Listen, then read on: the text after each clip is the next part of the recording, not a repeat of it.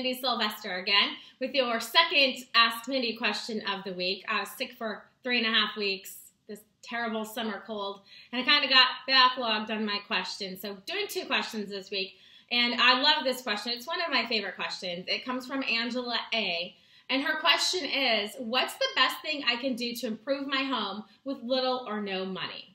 And this is a great question because what most agents don't know, or they miss the mark and they can't explain to their clients because they don't know, is the psychology of a buyer, the psychology of selling. And there's so much involved in the psychology. All buying decisions are based on emotion backed up by logic. So there's a lot of emotions going on. Most buyers will make the decision of whether or not they're going to buy your home within seconds. So you need to make sure that when they pull up, their initial reaction is going to be favorable. Beautiful flowers along the walkway and maybe a very pleasant doormat that says welcome. My favorite is the signs that say like keep out, protected by Smith & Wesson or something. Not a good idea. That's not going to make people feel welcome. You definitely don't want to make people feel like they're going to get shot if they walk in your house.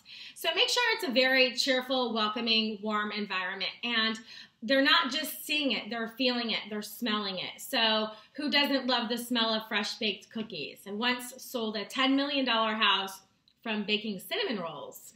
Really did.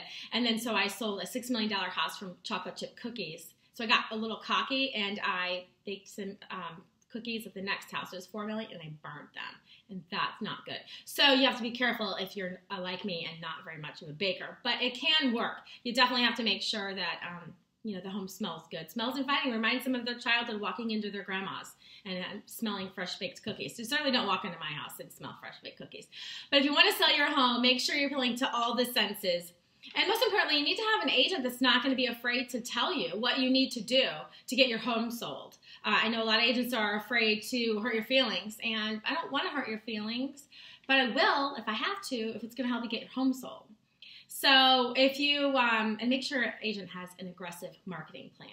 So if you like more information, visit my website, MindySylvester.com, and of course, call me anytime, 239-784-4868. Thanks, and I hope to talk to you soon.